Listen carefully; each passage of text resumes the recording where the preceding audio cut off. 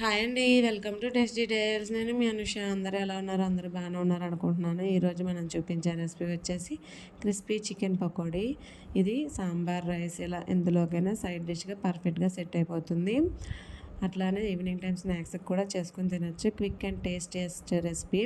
ఇప్పుడు రెసిపీలోకి వెళ్ళిపోతే ఒక బౌల్ తీసుకొని 1/2 kg చికెన్ వేసుకొని 1/2 kg చికెన్ని శుభ్రంగా కడుక్కున్న తర్వాత అందులోనే 1.5 స్పూన్ దాకా కారం వేసుకోవాలి. కారం వేసుకున్న తర్వాత 1/2 స్పూన్ పసుపు కూడా వేసుకొని ఇప్పుడు రుచికి సరిపడా సాల్ట్ని అయితే వేసుకోవాలి. ఇక్కడ నాకైతే 1.5 స్పూన్ సాల్ట్ పట్టింది. మీ టేస్ట్కి సరిపడా మీరు వేసుకోవచ్చు.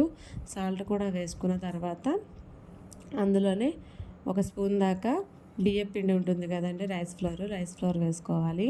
రైస్ ఫ్లోర్ వేసుకున్న తర్వాత 2 స్పూన్స్ దాకా కార్న్ఫ్లోర్ వేసుకోవాలి. కార్న్ఫ్లోర్ తెలుసు కదండి. 2 స్పూన్స్ కార్న్ఫ్లోర్ కూడా వేసుకొని అందులోనే 1 స్పూన్ దాకా అల్లం వెల్లుల్లి పేస్ట్ వేసుకోవాలి. 1 స్పూన్ దాకా అల్లం వెల్లుల్లి పేస్ట్ వేసుకున్న తర్వాత 1 స్పూను ధనియాల పొడి, 1/2 spoon half spoon garam masala వేసుకోవాలి. గరం మసాలా వేసుకున్న తర్వాత మళ్ళీ 1/2 స్పూన్ దాకా చికెన్ మసాలా కూడా వేసుకొని ముందుగా మొత్తం అన్నిటికీ కలిసేలాగా కలుపుకోవాలి. అలా కలుపుకున్న తర్వాత అందులో కొంచెంగా నీళ్ళు పోసుకుంటూ ముక్కలన్నీ మ్యారినేట్ చేస్తూ మసాజ్ చేసుకొని బాగా కలుపుకొని అప్పుడే మనకి ముక్కలకి అన్నిటికీ పట్టుకునేది. బాగా కలుపుకుంటేనే మనకి ముక్కలన్నిటికీ ఆ మసాలా అనేది పట్టుకొని తినేటప్పుడు టేస్ట్ అనేది పర్ఫెక్ట్గా వస్తుంది. మూత పెట్టి 10 నిమిషాలు మ్యారినేట్ చేసి పక్కన పెట్టుకోవాలి. ఈలోగా మనం స్టవ్ వెలిగించుకొని డీప్ ఫ్రైకి సరిపడా ఆయిల్ బాండీలో పోసుకొని ఆయిల్ని బాగా హీట్ చేసుకోవాలి. ఆయిల్ని బాగా హీట్ చేసుకున్న తర్వాత మళ్ళీ మనం మ్యారినేట్ చేసుకున్న చికెన్ని మూత తీసి ఇంకొకసారి బాగా కలుపుకోవాలి. అలా కలుపుకుంటే మనకి మసాలా అనేది ముక్కలకు బాగా పట్టుకునేది.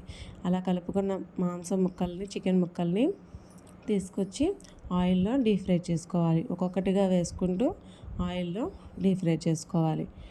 ముక్కలు వేసినామంటే గరిటె పెట్టకూడదండి. గరిటె పెడితే మనకి పైన ఉన్న కోటింగ్ అనేది విడిపోతుంది.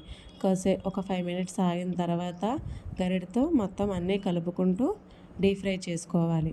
గరిటెతో మొత్తం అన్నీ కలుపుకుంటూ డీప్ ఫ్రై చేసుకుంటే మనకి ముక్కలు అనేవి లోపల వరకు మగ్గిపోయి కరకరలాడుతూ పర్ఫెక్ట్గా సెట్ అవుతుంది. ఇప్పుడు చూపిస్తున్నాను కదా, అలా గోల్డెన్ కలర్ రాగానే తీసేసి సర్వింగ్ బౌల్లోకి తీసుకుంటే అంతేనండి. ఎంతో simple and crispy chicken pakodi అయితే రెడీ. వీడియో నచ్చితే లైక్ చేసి, షేర్ చేసి, సబ్స్క్రైబ్ చేసుకోండి.